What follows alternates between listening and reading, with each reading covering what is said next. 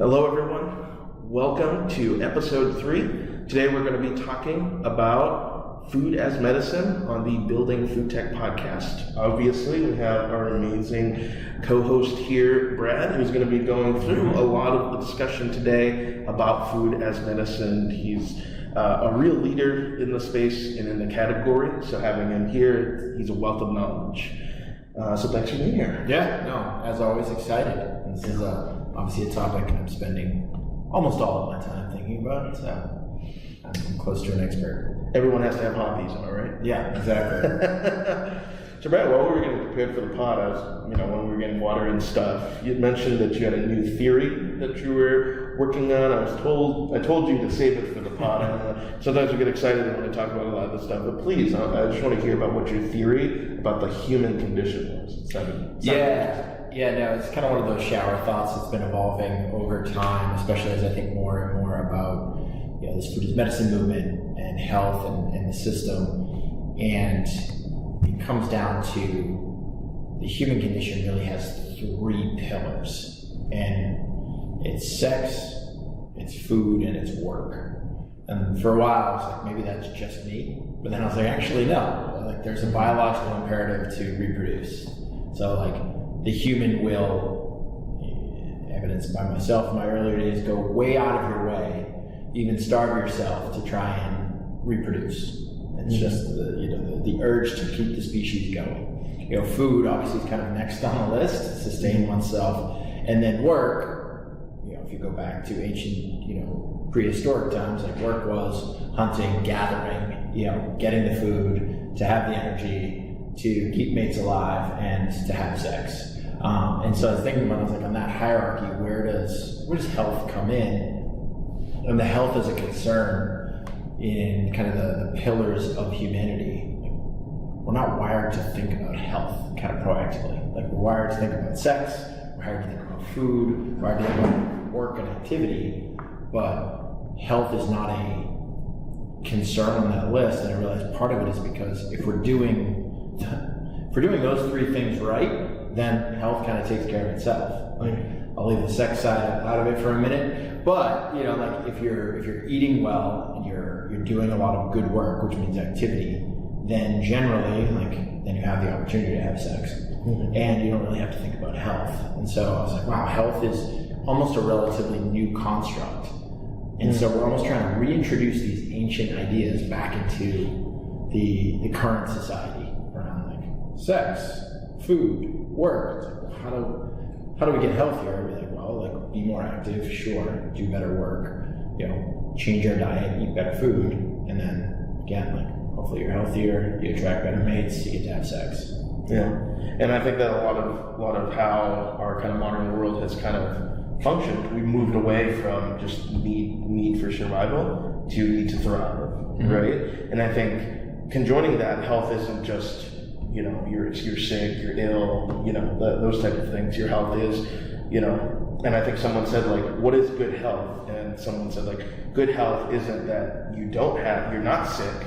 Good health actually is, you're in good physical condition, you're in a good mental headspace. So it kind of moves beyond just the bare minimum of I'm not coughing, my stomach, I have a stomach bug or something. That's bad health.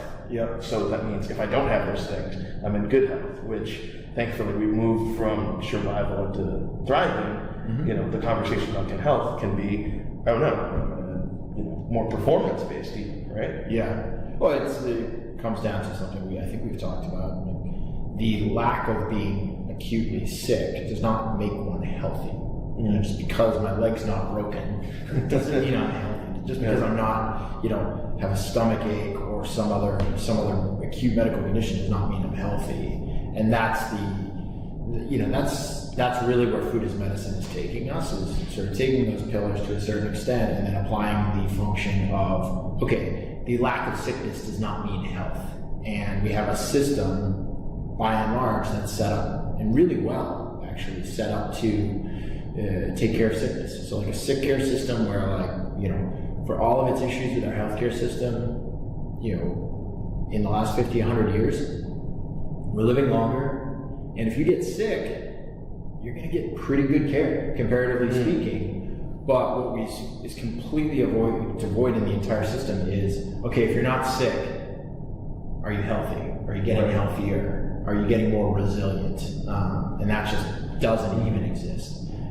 Yeah, and I think it's also like somewhat like, you know, I'm fortunate that I've worked and put myself in a position in my life where I can go to urgent care. Mm-hmm. And, you know, it's $30 for an appointment. But if I'm feeling a certain way about it, right, I'm concerned about, you know, there's this pain in my head. Mm-hmm. Is it not a brain tumor? Like, go out to the doctor and for them to be like, you silly, silly boy, like, what are you doing to yourself, thinking about that type of stuff? Or, you know, because like, devoid of that, I'd just be going to Google MD and, you know, let it tell me what it tells me, right? But look, I think that like modern science and modern technology has helped push us forward in terms of we can move those conversations, right? Mm-hmm. It's not like, oh, is something wrong with your head? Like, all right, lobotomy, let's go, right? Yeah. So, you know, I think nowadays we have a lot more functions to start worrying about our health, start taking care of our health. Mm-hmm. I think that, you know, as well as not just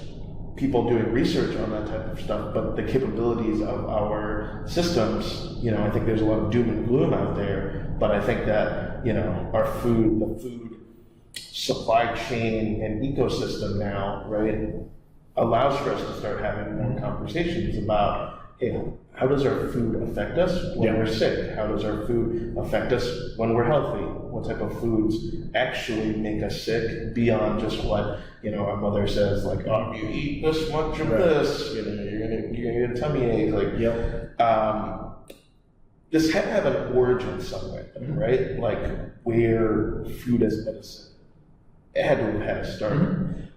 Like, what is this food as medicine movement, and how did it really get started? Yeah, food as medicine, I mean, you touched on it. It's a tale as old as time. Food has always been such an integral part of, obviously, our lives, but as far back as human history goes, different types of foods have been used for different functions. You know, whether it's a certain tea, a certain, you know, root, whatnot, you know, that has always been a thing. I think the modern version, food as medicine movement, as I like to think about it, is a little bit different in that it's taking a modern bent to that and saying, okay, throughout history there were times when populations just didn't have access to the right nutrition or the right types of food, and the food system over the last 50, 75 years in the developed countries has gone so far to the side of the food system now doesn't really get us food. It gets us processed chemical food-like products that make us sick. So really the food as medicine movement in the modern era is saying, hey, there are, you know, millennia of, you know, assumed and known knowledge, and now new scientific research that shows that eating fresh, healthy, whole food you know, does so many different things to help the body heal, to help us get, you know, better, to help us be healthier, and actually counteract the impacts of poor diet growing up, poor lifestyle, all these choices. And so the modern food as medicine movement is really taking millennia of sort of, you know, tribal knowledge, if you will, applying the last 100 years of science to it, and then saying, okay, this needs to be an equal and honest tool in the tool belt for medicine and for medical intervention to drive healthy outcomes. So just as quickly as someone should go to, oh, there's a pharmaceutical, you know, we now have the opportunity to say, you have a pain in your head.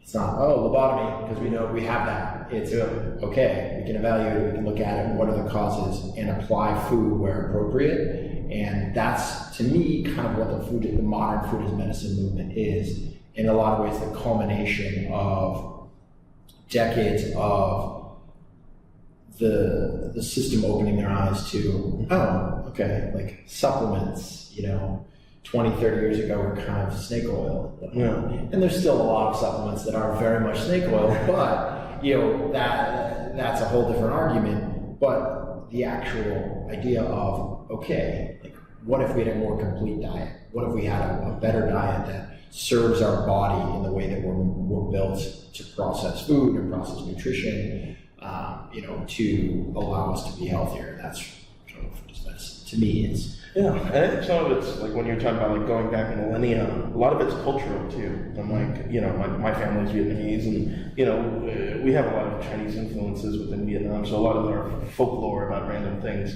come from China. Mm-hmm. And one of those things is like certain foods are considered like hot, but not like spicy hot. Mm-hmm. They're making your body hot and will cause certain things to affect you. And in modern parlances, we would say, oh, this type of food makes you flare, right? It causes acne, causes, like warts and, or pimples and whatever, right? It causes someone to break out, right? Yeah. And, I think that's just kind of taking stuff that would sound hokey, right, to a modern person, like, oh, this food makes you hot, right? And you're like, oh, okay, right? But then to realize, oh no, your body has a certain type of reaction to this food, and not just like you specifically as a person, but I also think just from some cursory research, right? Different people react to foods differently, right? And so, one type of food, like for example, for me, persimmons causes me to, have pimples and flare out. I remember in teenagers, I avoid persimmons entirely. Yeah. They taste good, but I don't want to deal with them. I don't want to deal with the consequences, right? But to, a different family member, totally fine. Yeah. Eating as many as they want, yeah, right? And so, I think that part of this movement is to understand, like, we have the technological capabilities, the infrastructure in place to allow for us to actually look at how are individual foods affecting people. Yeah, and I think the case in point is really important. There's two distinctions that I make in food as medicine space. One is sort of taking personal ownership of your health and your diet and understanding how it affects you. Kind of starts with allergies. I know I'm allergic to these things, therefore I will not eat. That obviously quickly gets into the medical realm if it's a bad allergy. But understanding how your body specifically reacts to certain foods, be it from a feeling how you feel, how you react, like you said, like if you break out.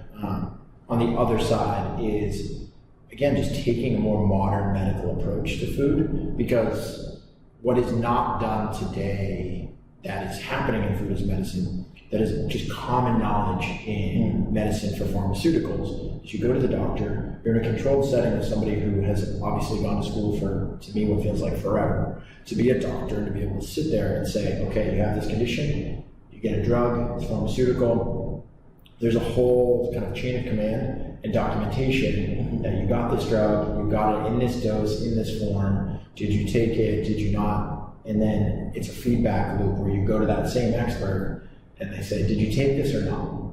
If the answer is no, then I don't know if you've ever done this with your doctor, really, I didn't take it, I have not, I tend to listen to my doctor, but if you say no, there's not much they can do for you. So that was my intervention.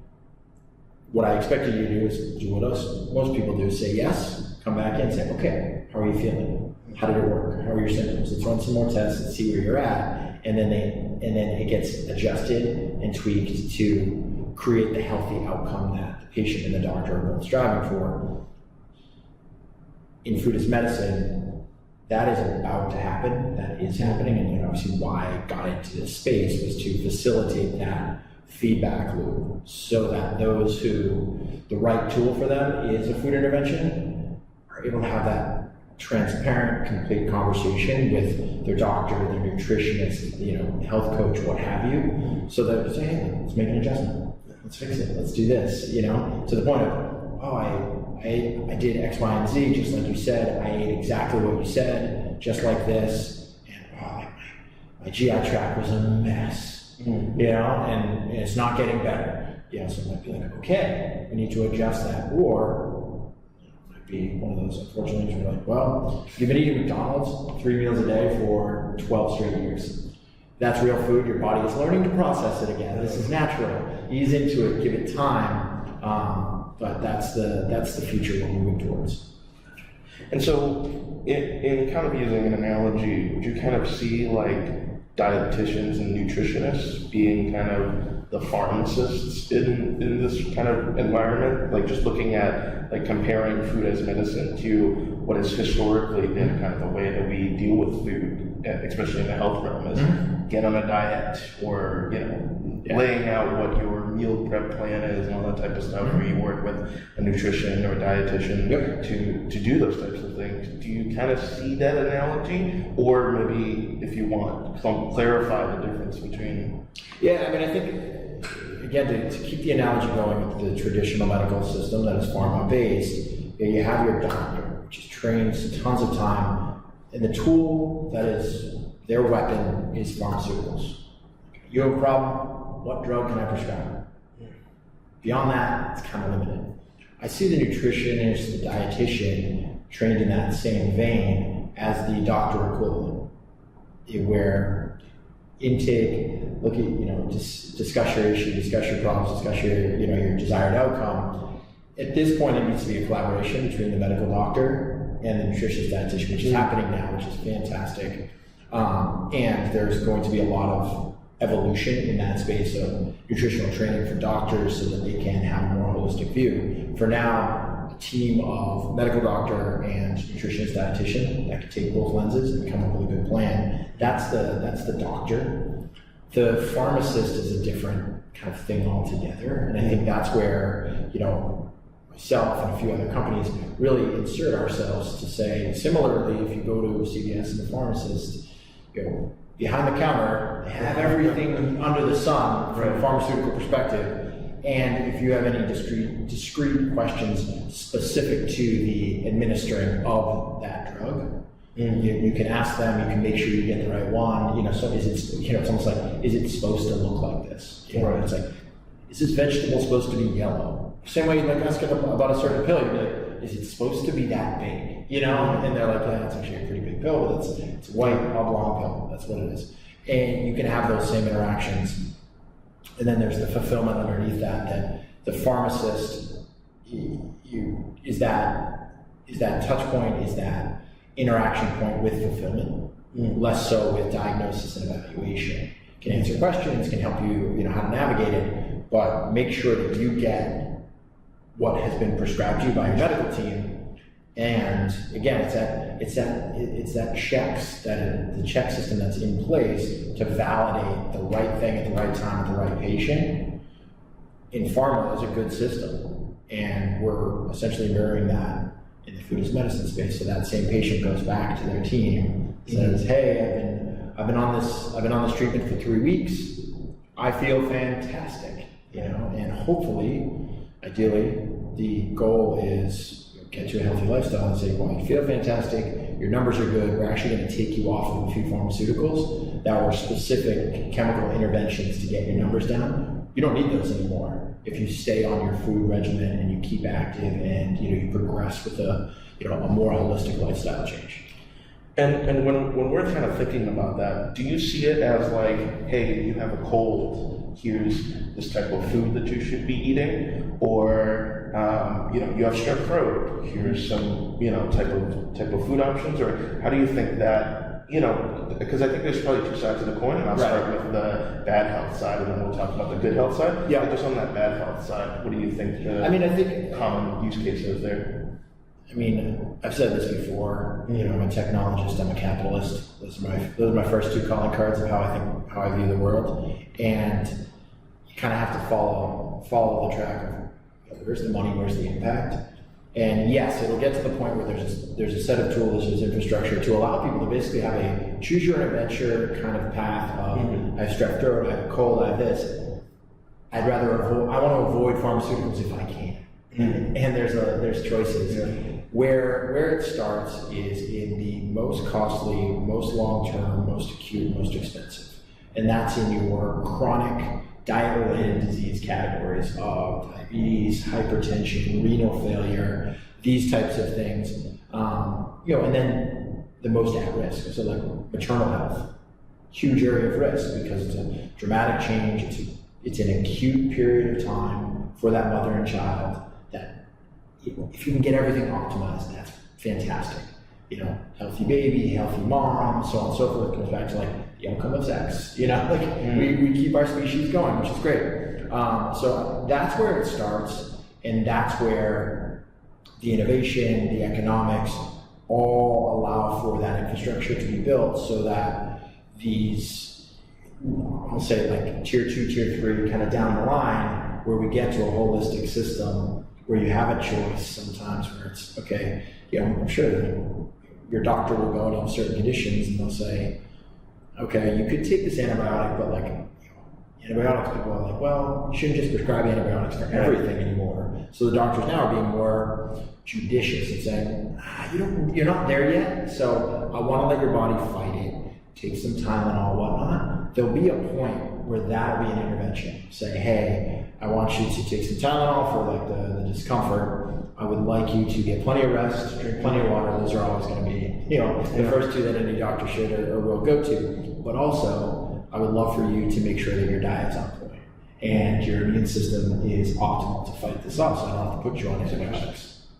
I'm often wondering, like, with a lot of medicines, from just the limited understanding that I have, is that they want to provide some form of active ingredient in to enable your body in order to fight a certain disease, right? Like Tylenol, there's a lot of packaging around acetaminophen to deliver that to you, right? And I always wondered, like, especially with like lab-grown meats and more of like synthetic food-based products that are currently being developed, I wonder if, I don't know, like someone comes up with lab-grown beef, if you will, that has acetaminophen in there, and you're like, here you go, have a steak that deals with your headache. And there's almost this kind of Willy Wonka-esque world where it's like, there's a kind of experimentation with food to do different things. Yeah, I mean, I would strongly disagree with anyone trying to go down that track for a couple different reasons. Interesting. The pharmaceutical, and again, not a doctor, not a pharmacist. This is way outside of my depth technically, but the kind of you're spot on that single molecule intervention. So get a single molecule that creates a specific outcome within the body. Pain, what have you. We've kind of already gone down this path, and it's not worked for us in terms of first pass of what you're talking about is kind of fortifying everything. Yeah. So there was that movement towards like, cereal for breakfast, all these other things. We're like, no, it's okay. It's fortified with vitamin D. It's fortified. And as things progress, it's like, yes, but like, does the body process and digest and metabolize a fortified vitamin D the same way it does a naturally occurring vitamin D in a whole plant? Like, I'm not an expert on that specifically, but you kind of end up with a houseboat if you have a steak that takes care of a headache, where you're like, it's not a great medicine, and it's also not a great steak. You're kind of, and like, I feel like I use the houseboat analogy in so many different facets of business and life, because we try to houseboat so many things, because putting those two things together is very interesting, right? But it doesn't really get you there. It doesn't optimize for either or. Do you think, though, on a like even more basic level, like a lot of people are taking like protein powders and are kind of supplementing certain vitamins, like certain nutrients in their body in that way? Yeah. So I just think, like, to me, that potentially suggests a natural progression where, and maybe it's not like steak is maybe taking it a little bit too far, but perhaps like, shake, put your, molecule in that is, and I guess it would also go to a question, and maybe that's beyond the scope of this podcast, of like, what is the actual identified thing that we don't want people to be taking from pharmaceuticals, right? And when we're looking to transition from less pill taking, is it the pill form factor, or is it that we want people to be eating good things and get good outcomes out of eating good things, which natural, right? Yep. But are we trying to get away from that, or are we trying to move? Like, what are we trying to move? I mean, I think I said it best to open it up. We're trying to move from sick care for everything to sick care for sickness, and healthcare to maintain and grow a strong population. So that means the human body is a phenomenal just feat of engineering, of biology, of evolution, of all these things that in so many ways just I feel like shouldn't have happened but did, and here we are. That is not being optimized by treating every ailment and every bit as sick care. And by that I mean there's always going to be a spot, and I would never advocate it. I'm not one of those people. believes, okay, if I go on an all fruit diet, I'm going to cure my own cancer and all these other things. Like, that's absolutely untrue. Pharmaceuticals are such a critical evolution and important part of what's made our society possible that they need to have a place, they need to have the right place. But we've already seen it with things like a magical intervention like an antibiotic that starts to get prescribed for everything over a long period of time. And to quote Jurassic Park, nature finds a way, what have you, where those bugs, those things are going to come back, and they're going to find a way around it because they adapt. Or stuff that can become addictive and abused. Yeah, 100%. And I think that's the there's a whole subset of opiates, things like that can be addictive, that have such a good use in specific cases, but then again get overprescribed for certain things, having nothing to do with food as medicine and the health side of things. But antibiotics, these other things, supplements, whatnot, might be overused if people had a better diet, were able to get healthcare support to go on that same track. I mean, again, there's always going to be a place for, I need my protein shake, I need to get my grams in, for a specific outcome. Athletes, bodybuilders, that are saying, hey, I can't naturally get what I need to ingest to get to where I need to be just by eating, because I'd have to eat, 78 steaks a day, which the cholesterol and all these other things are supposed to be out of whack. So I'm gonna optimize for that, that macro in my diet. There's a balance there, but I think the key, and this is why it's such a tricky thing, is the key is balance. Yeah. And no one thing is great and the silver bullet, and no one thing is bad. So it's a tough one. So looking at a lot of the literature around food as medicine, a term comes up, and maybe we're talking about like this supplement to traditional pharmaceuticals and nutraceuticals. Can you explain a little bit of what nutraceuticals are? Yes, but I will caveat with it's not an area of depth of expertise, so my definition is my own. But in the nutraceutical space, it's essentially a nutrient intervention that can be treated like a pharmaceutical. So it's very targeted, it's very single molecule type of intervention. The same way, acetaminophen for pain. Like a nutraceutical is targeted at, if I eat this very specific, concoction, it is, formulated for an outcome. As you can probably tell from my tone, I'm not a huge believer in nutraceuticals. I think it's more of to me, it's more of a buzzword and a good branding technique for healthy, targeted foods. But, who am I to knock the marketers out in the world? To be honest, it sounds kind of Herbalife to me. Well, and there's a time and a place for it, and it's trying, I don't know, in a lot of ways, it's all in the gradient of, real food, healthy food, through the supplements, through the nutraceuticals, into, the performance meals. Like there's a lot of that sort of feel for some of these medically tailored meal companies as well. Like we just had some news break the other week in the space that was not,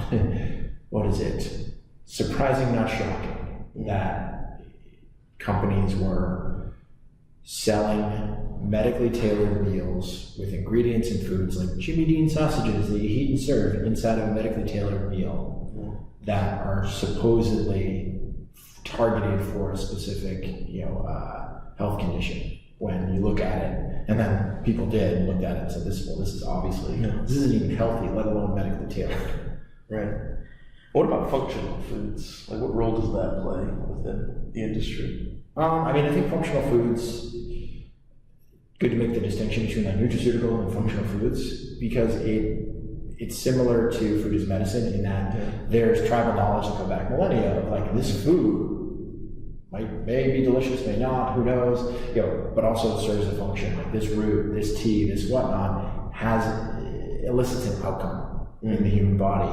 And some people more than others, et cetera, like most things. But functional foods, in my mind, are that subcategory of like going line by line on a medically tailored food program. Right. Like that's where you'd say, okay, there's certain foods in here that are very functional. It's proven through millennia of sort of travel knowledge, but also 100 years of science that say it contains a certain mix of vitamins, minerals, acids, proteins that have a distinct impact on the human body. I hate to keep going cultural, but I mean, I guess just because it's something that I experienced in my family. Like my mom's like, I love swallows nest, right? And to me, I'm like, oh, that sounds kind of strange. And I'm 100% sure about that, but fine, right? Yeah. Other cultures, like in Japan, like shark's fin apparently has some medicinal qualities to it, which then causes some not great results for sharks to harvest through their fins and that type of stuff. And so, I think that when we look at like some of these things, right, we want certain outcomes out of certain foods. And it almost as if like if someone can justify in some particular way that they can get a certain outcome from a food group, right? And maybe this goes, this also connects with like the food pyramid and the food plate that replaced it, right? Like when we look at like, you need to have this amount to get this outcome, right? Like you need this many carbs if you're about to go for a long run, or you need this protein if you're going to be, powerlifting. And I think it kind of goes into that. And I think tribal knowledge, maybe like there was something to that, just not being able to understand. And then nowadays with modern technology and science, we're able to be like, yes, you want muscle density, you need protein. You need energy to burn, carbohydrates. Too much of both of those things leads to these adverse outcomes. And all these things come together to potentially, create the need for a balancing function. I mean, we're on a really nice, interesting fast track. And there's a concept, food as medicine is part of, but not all of, like this idea of personalized medicine, where we're able to track, monitor, read so many different levels within the body and their interaction with other things. Like how do you respond to complex carbohydrates? How do you respond to these certain proteins? Things like that, where, there's a future we get to where, everything that's happening now, there's a lot happening in the consumer space around blood testing and understanding, how your body reacts to sugar and the commercialization or consumerization of the continuous glucose monitor. So you can monitor your blood sugar levels throughout the day and look at how different meals and how different activities impact your blood sugar and optimize around that. All of that is happening and coming together. And food as medicine is very much part of inside of that. And we're admittedly not quite there yet with the broader population to say, hey, you're a patient, your medical and nutritional team is going to run some blood tests and check for these specific levels against certain types of foods, and then craft, okay, you're going to have this lettuce in here, but not this. This, not that, because your body's going to react to it differently, so on and so forth. It's also food it's that the difference and sometimes the bridge to cross is pharmaceuticals, while oftentimes unpleasant, are like that. You take some syrup, you take a pill, even take a shot, like whatever it is, it's done and you're over it. Whereas food is something you're eating, you're tasting, you're experiencing, and there's my evolution of humanity around sex, food, work is we've developed all of these things,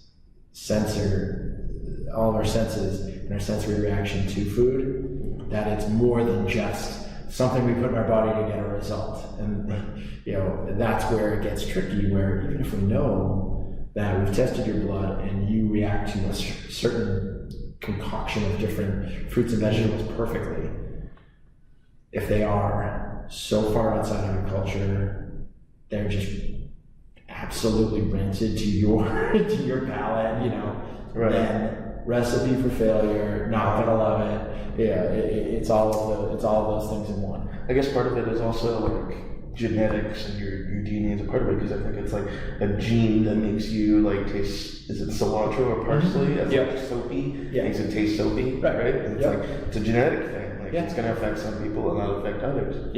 Super interesting. There's all, I mean, that's what's super fascinating and fun about food as medicine, is that all these things come to bear. It makes it a really complex problem and not a problem's the wrong turn of phrase there, but it makes it a really complex, interesting solution to a lot of problems that, these are self-inflicted wounds in society. These the diet-related chronic diseases that are killing us and costing us trillions of dollars every year. We know the cause, we know the fix. It's a matter of implementing it en masse, so that, again, the right people get the right treatment at the right time, so they can go on to live longer, healthier lives. We're living longer, but we're living less healthy. From what I'm hearing a lot about, like trying to get certain results for people, right? And everyone's different, and people react to foods in different ways. It sounds like personalization is probably a huge cornerstone of the food as medicine movement. What do you think, like, with so much of the technology, data analytics tools that have been out there in the market, and all these techniques, plus also the advent of AI, what are these all coming together enable personalized food as medicine for consumers? I mean, I think they enable exactly what you just said: personalized food as medicine for consumers. So somebody can craft the perfect diet for them. The basic building blocks are there, except. And when I say except, again, it's why plug my own book or whatever it is, but like the reason that we inserted ourselves at Morrissey in the spot we did is because there's a fundamental divide between all of the tech that's being developed, that is, testing, monitoring, everything from, Oura ring type stuff, root bracelets, blood tests, continuous glucose monitoring, putting that all together, applying, AI software to come up with, okay, this is exactly it. There is a gulf of divide between that and being able to actually get, whole, healthy, fresh food that fits that profile, essentially delivered right to you. Where you need it, when you need it, how you need it. The only outlet is go to the grocery store. And guy I respect a lot, and I've probably quoted him on this pod already a few times. This guy Carter Williams from I Select Fund had said, you want to know what the fundamental problem is. In a lot of ways, I'm paraphrasing, so apologies if it's a little off, but look at a grocery store in Europe versus a grocery store in the US.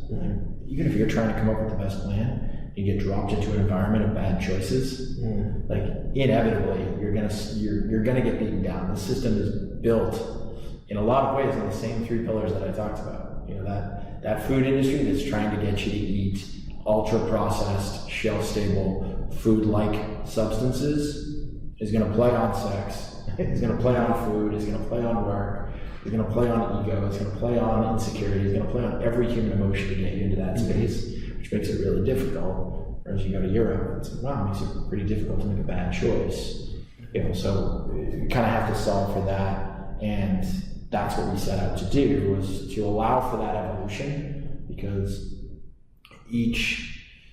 there's going to be, as with any major trend, I imagine, in technology, be it hardware, be it social networking, whatnot, like, there's going to be a Friendster, there's going to be a MySpace, there's going to be a Facebook, there's going to be an Uber, there's going to be a Lyft, there's going to be these, and I don't know what those look like. Those are not my space. There's going to be personalized medicine, and maybe it's going to be a monster behemoth that handles it all, or there might be, a couple that are really specialized that do phenomenal work for, maternal health, maybe for a specific demographic, or a specific use case. I just don't know. Yeah. But until the infrastructure is there for the rubber to meet the road, of the digital, the data, the prescriptions to actually get connected, fulfilled with feedback, then we're kind of going to be stuck in neutral. Point of clarification, just with food as medicine. Mm-hmm. Do we see like what are the range of products that would be considered underneath the food as medicine umbrella? Because, you know, for me, a technologist, I often think about like web platforms or, you know, infrastructure or mobile apps, you know, all those types of things. But what would you say is like the potential range of the different products that fall into that? It's a good question, and I think the best way to think about it is it's on the spectrum, like anything. To me, the things that clearly and obviously fall into the category are whole, healthy, plant-based foods. And that's very easy. Yeah, and then you can go through whole, healthy, you know, proteins that fit in. And then the range goes all the way through kind of your standard grocery items, you know, some of the pantry items, you know, be it certain oils, certain grains, you know, seeds, nuts, things like that, all within. I mean, basically keeping it relatively simple. We would say if it's perishable and it can go bad, it probably has a good role in food as medicine and it's going to be better for you. That's not to say there aren't elements of things that can be packaged and preserved that fit well, but it's not starting from there, not optimizing for that. It's kind of the food as medicine piece. So I'd say the spectrum is optimized or obvious on whole, healthy, fresh food and trying to eliminate the need for any type of ultra-processed, you know, food-like substances. Yeah. I think another thing that I kind of realized, like looking over food as medicine, another challenge of it is quite cultural as well. In that, you know, in the United States, for example, like when we look at different food products, people are always griping, oh, there's less, or someone's trying to screw us, like, oh, you know, the Dorito bag has less Doritos in it, or, you know, oh, the Chipotle's not giving me enough scoops, right? There's the whole viral, like them recording the poor Chipotle workers to make sure they're pouring in enough food for them, and I'm like, you know, part of like being healthy and like, you know, it's something that even I struggle with, right, is not to overeat, right, to have portion control. And weirdly enough, like we live in a capitalistic society, so you would think that like, you know, making consumers consume less for the same amount or for whatever would be like a part of things. But when you go out to certain restaurants, they're just like, right? And it becomes almost a value prop of certain places to overindulge people, right? And then it becomes habitual. And I wonder if that's a very significant challenge, looking at like it almost becoming cultural to overeat and, you know, kind of work in that. It's an interesting, obviously, question and concept. And I think it's born out of we're now solving for the wrong problem. In that there was a time and a place where the population as a whole was calorie deficient. It's like, how can we get enough calories to get everybody enough calories to live? You know, and that's a noble goal. And I guess the good news is great work. You know, like we have access to, we have tons of calories. And that's the system we live under now. The realization is that once you get to, you know, your calorie threshold, there's actual negative impacts of going beyond it. It's not like, oh, for every additional calorie, I just get better and faster and stronger. That's not how it works. We know that. If I had stuffed more calories in myself, I'd be 6 foot tall. Exactly, and we know that's not true. We know it doesn't work that way, and we actually have seen evidence, you know, based on years and years of this construct that it's the quality of and the type of calories in food that people eat that actually determine, you know, how tall they are, you know, all these other things, like how optimized their whatever it is, genotype, phenotype can represent. And so of course, like if you're predisposed to never be above, you know, 5'8", like you're never going to be above, no matter what you eat, you're not going to be above 5'8", you know. But like if you have a predisposition to be like, you could be 6'2", but you are but you're never you never eat food of any quality, you don't get nutrition, you're not going to reach your full potential. So, I mean, I think, that's to say, yes, it's become cultural because we're at the tail end of an era that it was so critically important for this country and globally, really, to solve for calories only. It's just, let's get more cheap calories out the door. And the unfortunate byproduct is like, that's a great business and business model. Let's make cheaper calories, get you to buy more calories, our cost to produce calories. We will find any and all ways to get more calories and less food. Because food's expensive, calories are cheap at this point. So it's just the end game of now solving for the wrong problem that solved a really big problem from 7 years ago. When we think about like what the potential goal and success case for food as medicine, when food as medicine properly implemented, what does that look like? I mean, food as medicine properly implemented is the ability for a true healthcare system to emerge, whereby if you're sick and you need an acute intervention that involves chemical interventions, compounds, surgeries, whatnot, you get the same level and better level of care than you get now. The healthcare system, food as medicine at its core, is setting people up for less of those acute interventions. So living healthier, where you're working with your doctor, your dietitian. If it's up to me and the ideal state, that doctor is just as trained in nutrition and food as they are in pharmaceuticals and surgery. They have to do rounds and whatnot in that space. Not to put more education on our poor doctors who are already overworked and that, but the end state is you are getting guidance, you are getting nudges to be put back on track, for everything from A1C to weight to cholesterol to blood pressure, and looking at it holistically, where it's not just, well, if this one drug isn't getting your blood pressure under control, let's try to use two.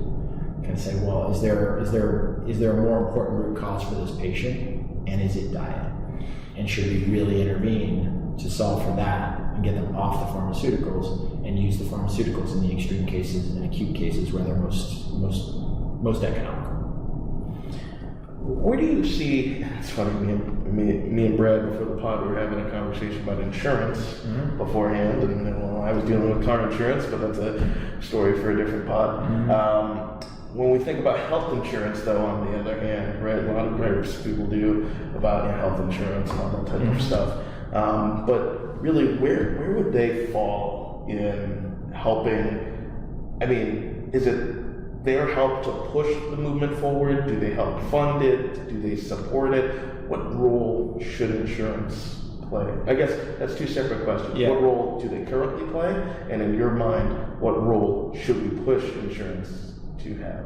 What role they currently play, they play a critical role in all facets, as the funders and the payers in this space, whether it's pharmaceuticals or food as medicine.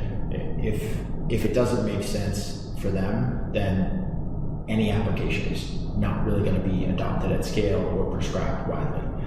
So I would say, payers, healthcare, health insurance are critically important.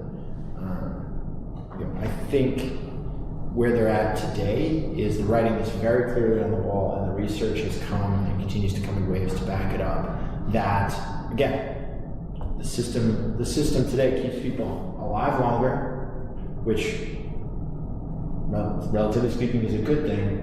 If you're a health insurance company, you're saying, well, that means I'm going to have to take care of you for more years.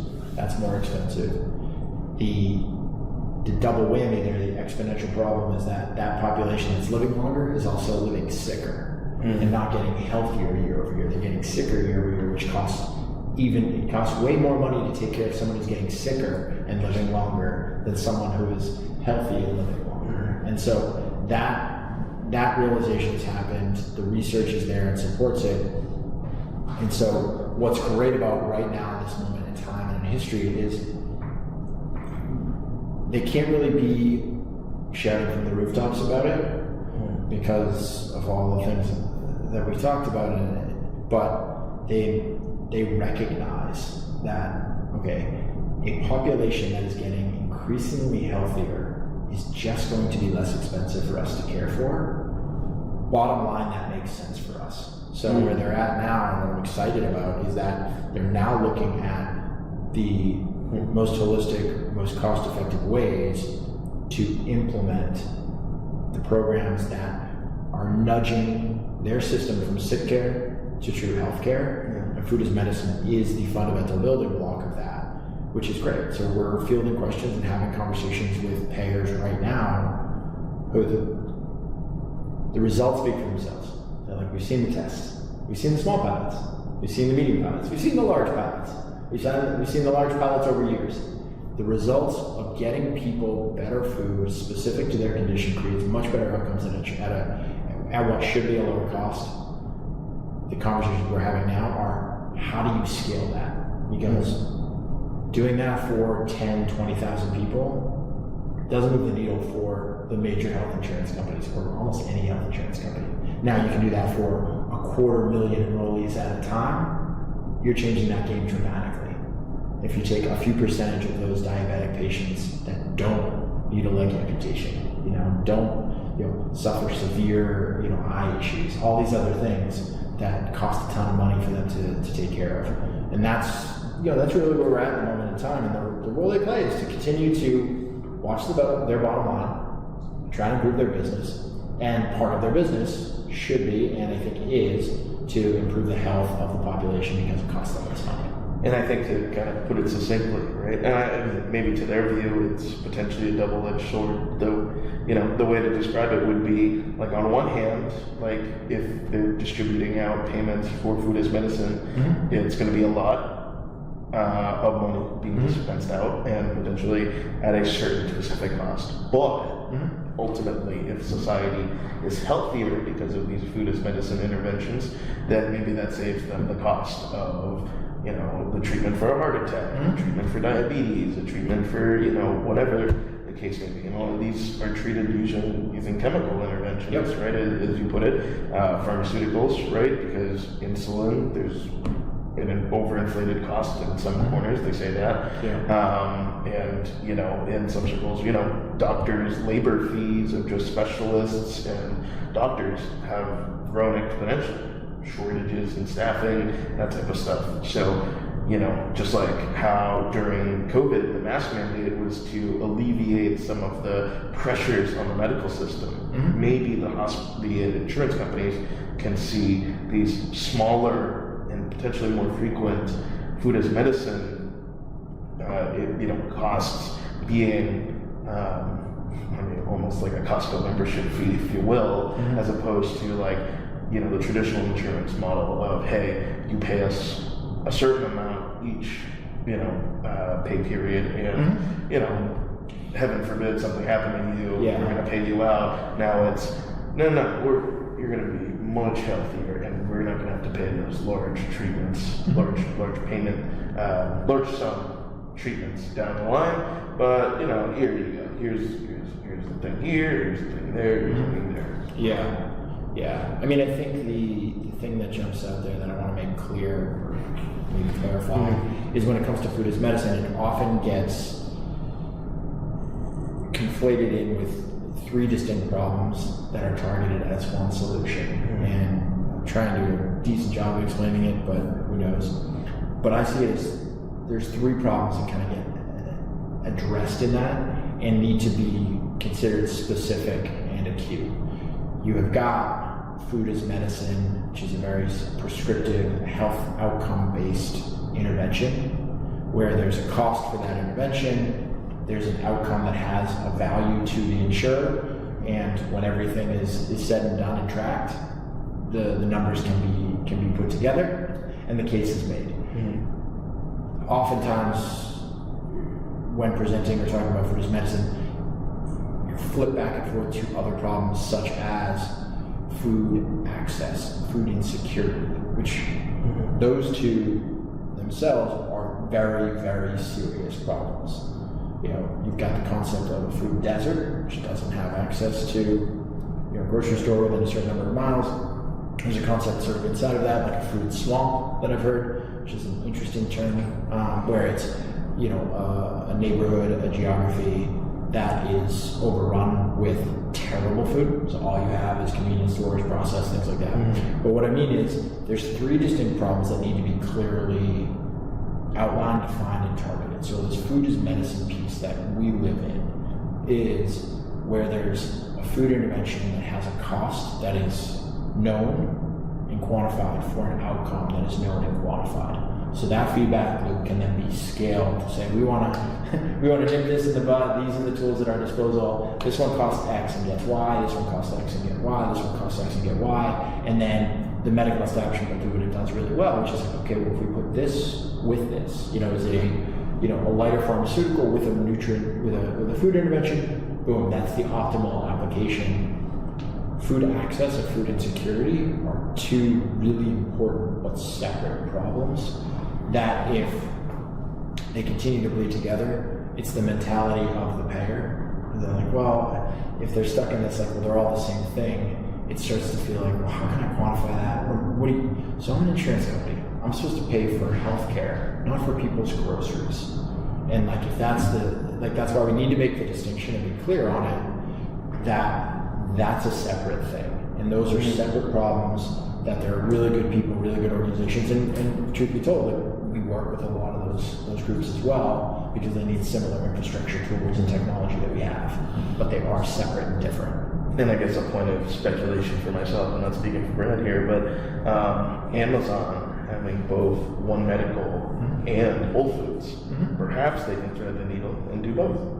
Pay for your groceries through your Amazon Prime membership and have the medical from, I don't know if One Medical has insurance, but I know they at least have the medical provide service from that. Yeah. Perhaps we see a shift. Maybe it's not insurance, or insurance is still needed for those, type of things, but they work in conjunction with kind of like a Costco membership or an Amazon Prime membership that manages your healthcare outcomes and groceries. Yeah, I mean, I would love to see, given you pointed out that Amazon has One Medical and Whole Foods under their umbrella. Whole Foods is kind of known for the higher quality. Yeah, they used to be for sure. And so, but I would almost say I would love to see Amazon exert its power in the most beneficial way possible, which is changing the food retail experience for people for the better. Again, don't make it a cesspool of it's almost impossible to make good decisions. Make it a great grocery experience that makes it easy for people to make good decisions. Make it hard for bad decisions to be made. We all know that's not going to happen. The business is not set up for it, but if you think about, okay, well, we're going to take One Medical, take Whole Foods, could we create a retail experience online that is helping people be healthier and have better health outcomes, make better choices, all these other things? That would be incredible. I would be the biggest fan of that ever, because there's a whole movement that needs to happen in the retail space where we stop trying to kill people through food and start trying to just feed people through food and maybe even help them make good choices. It's certainly interesting. One of the things, I guess, like going back to the cultural conversation and maybe portion of marketing, is that a lot of consumers in general, not just in America but overseas, they're used to certain brands, right? And if the brands are stuck in doing things a certain way, if you try to create a retail location, I just wonder what the effects would be if you don't see the brands that you grew up knowing, ate, and presumably is still alive for having, right? And to be able to see, like, is there a transition to different brands? Are these brands going to have to wake up and move forward? Or whole retail experience that's full private label, new stuff, we have to build these brands from scratch again with a new generation? Yeah, I don't have a great thought on it. And I think for us to get there, the entire retail experience has to be rethought. And it's as cultural as the calorie versus nutrition problem we're solving for calories. The brands that everyone's known and loved, 50 years ago, knew and loved those brands, but they weren't 60% of your diet. You loved them just as much, and you coveted them just as much, and they had as much emotional attachment then when they were 10% of your diet. And the rest of your diet was forgotten about because it's unbranded, whole, fresh food. Therein lies the rub. Like when you're in a retail environment that's ad-driven, dollar-driven, that is just trying to get every share of wallet dollar that comes through that door to go to my brand, and they've got big budgets to do it. Who's going to win? A Mars candy bar or a head of lettuce? A head of lettuce isn't paying money to have itself moved off the shelf or to be in an optimal spot, and it's really hard for the grocery store to handle, so the loss is huge. Quality's like, man, and so you end up with a bad customer experience, you end up with bad economics for the retailer. On top of that, the brand itself, that head of lettuce is not paying for slotting fees or paying advertising dollars to that retailer. So it's a fundamental rethink of the model, which that's a tricky one. You mentioned something there that I thought was really interesting, like calories versus nutrients. I guess in my own life, and something that I wish that I kind of had more of or had access to, would be like understanding what is my personal calorie count in order to achieve like a weight loss goal or a weight maintenance goal or a muscle maintenance mode or whatever we want to call that, right? What is that amount? What are is it proteins when we talk about nutrients? Like what nutrients are required for that? I just love to see it, but not just like the raw data is kind of meaningless to me, right? Like, you can just write out the calculator, but like I need to actually know like what does that actually look like? What are my options? And in some cases, right, the thing that I really enjoyed from the service like HelloFresh, which I used for a while, especially during the pandemic for obvious reasons, was they prepackaged things into like enough for a particular meal, not like in different form factors in retail where here's a family pack, and I'm like, is that the only option that I've got? Well, I'm not going to cook 10 chicken breasts, but the package isn't really conducive to handling that. So, all right, I guess 10 into the pan, there we go. Right? And like I'm gonna, cook them up, and then now I've got a bunch of extra food. It leads to food waste, but then also like maybe potentially overeating as well, because you're like, I don't want to waste the food. I've got to eat it, and like, am I able to follow like a meal prep, a whatever plan? Maybe not, right? And who wants to be eating chicken? Maybe some people do. I'm sure there's some performance athletes out there who can do chicken and rice every day of the week. I'd like to live a little bit. I think there's an element to that comes to base level education that none of us get. Like coming up through grade school, high school, whatnot. I don't know if your experience is different, but I was not educated on a few fundamental life skills that I wish I had. Finances. Just the basics of how to, and then food and how to prepare food, how to think about food. It just wasn't there.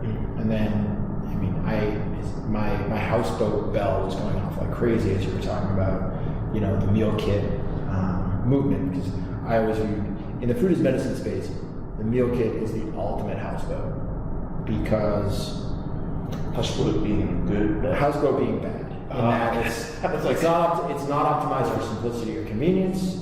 It's also not optimized for economics. It's kind of somewhere in the middle. Now they're like for HelloFresh and others that have done well.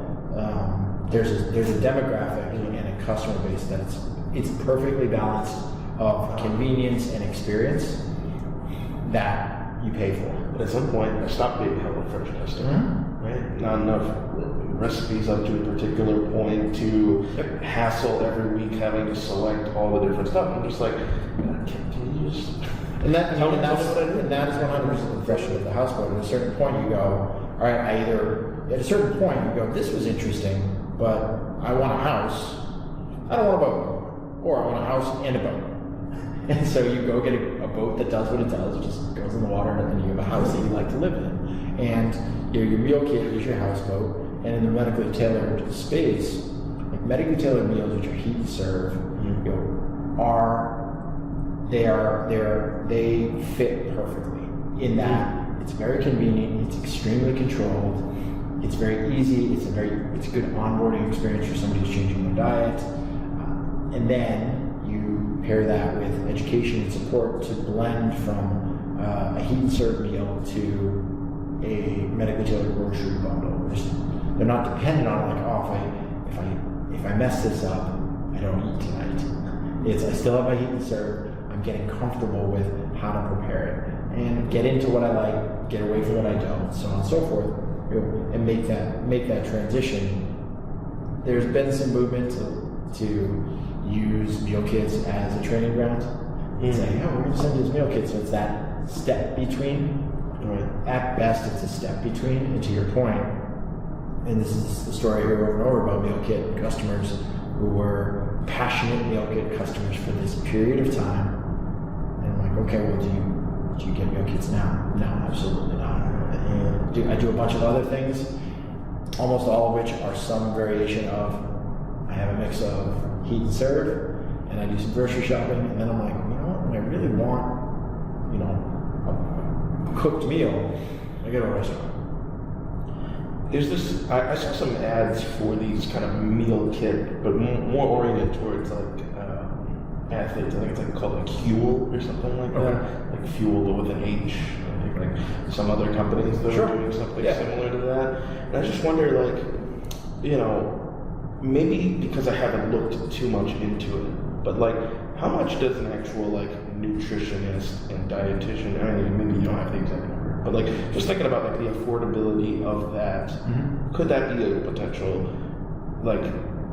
problem? But I mean, I just feel also, if you were an affluent person who had enough money, you would just hire a private chef, and they'd work with a nutritionist or are a nutritionist to be able to figure that stuff on your behalf. So maybe that comes to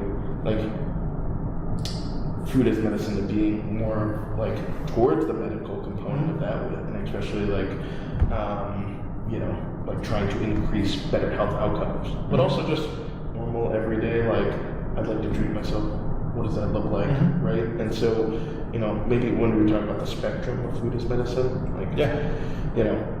being able to work that whole system together, I think that would be something that I personally would like to see more of. Yeah, I mean, and that's going to continue to happen. And I think, like you said, there's a spectrum from I have a personal chef that cooks all my meals, so on and so forth. That is either a dietitian or not. We're not those people. Let's get there. Let's keep building and let's get there. That would be great.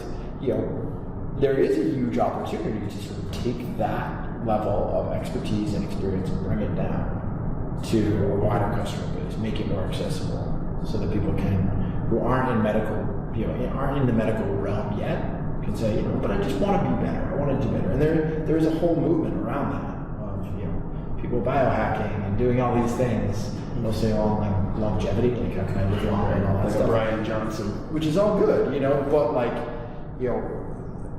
to me, again, it kind of comes down to, and this is something that we have a future vision on the Morrissey side of creating that playground, that infrastructure, that digital tool set for somebody who wants to create exactly that. And it's I know this archetype is George, and this is my customer, and I know there's a million of these in every city. And I'm going to create a really good program that's customizable, has all these elements, and enact on it. The fundamental breakdown in anything below a personal chef is that you go to a nutritionist, you go to a dietitian, and currently you're most likely walking out, they're going to give you a list. Eat these things, don't eat those. Here are some recipes to work with. Okay. Which is great, it's very helpful, but then you, again, have to go back out into the wild jungle, where all those food companies are trying to kill you, and fight your way through, come out the other side with all the stuff on the do list, none of the stuff on the don't list, and then go home and be ready to prepare it. That's going to evolve. There's going to be companies, people, creators that productize that knowledge, that service, that application, and I love that. I am here for that.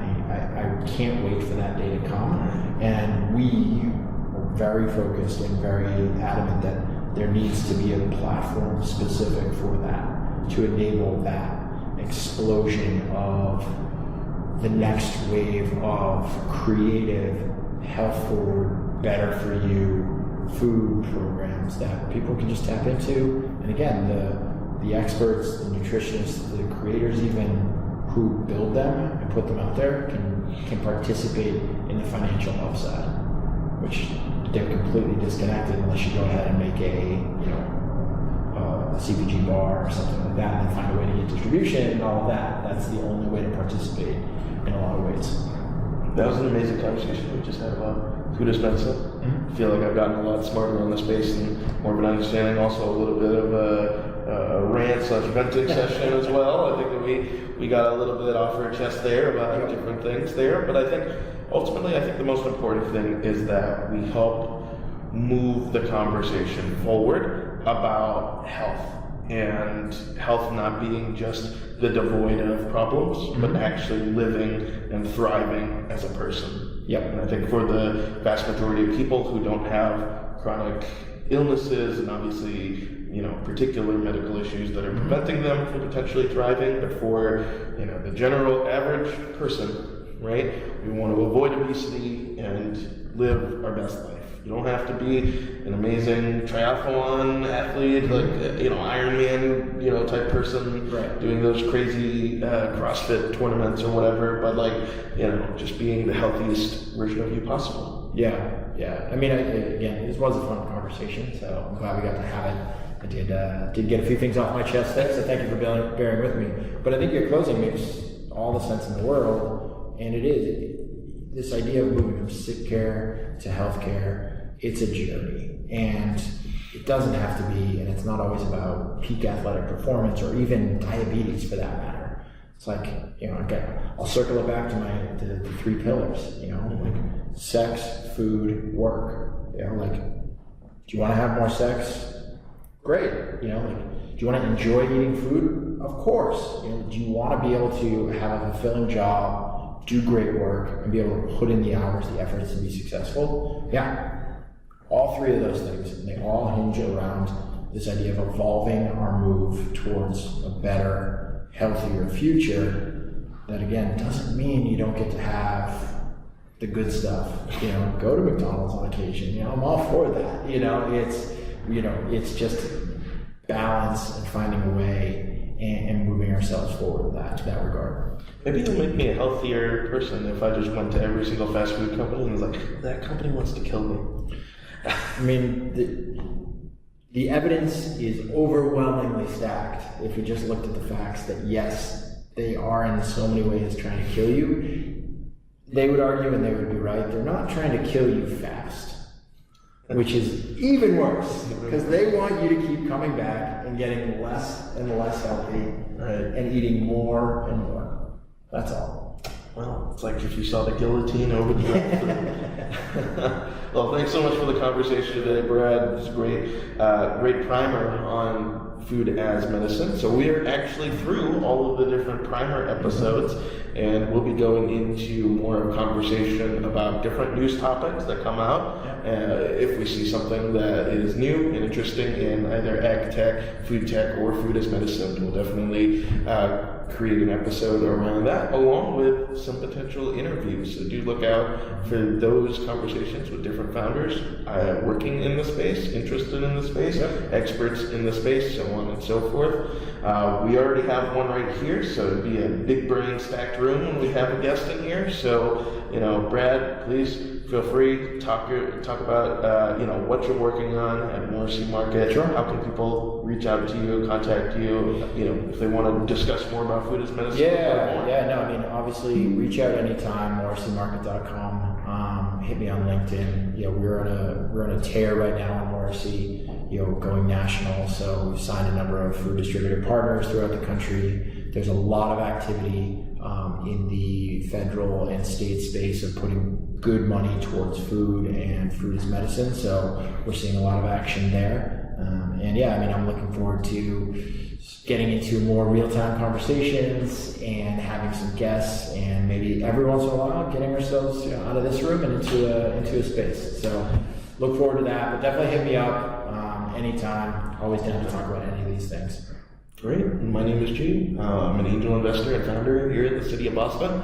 Super excited to hear about new technologies, new spaces, lots of conversations on this channel and other channels as well. And so, if you want to hear more about startups, tech, and other news, please feel free to subscribe, like this video, provide a comment down below, whatever you think about our conversation here, what type of, solutions in food as medicine that you're currently thinking about, love to hear about it. We'll probably be able to talk about some of those if we see anything that catches our eye.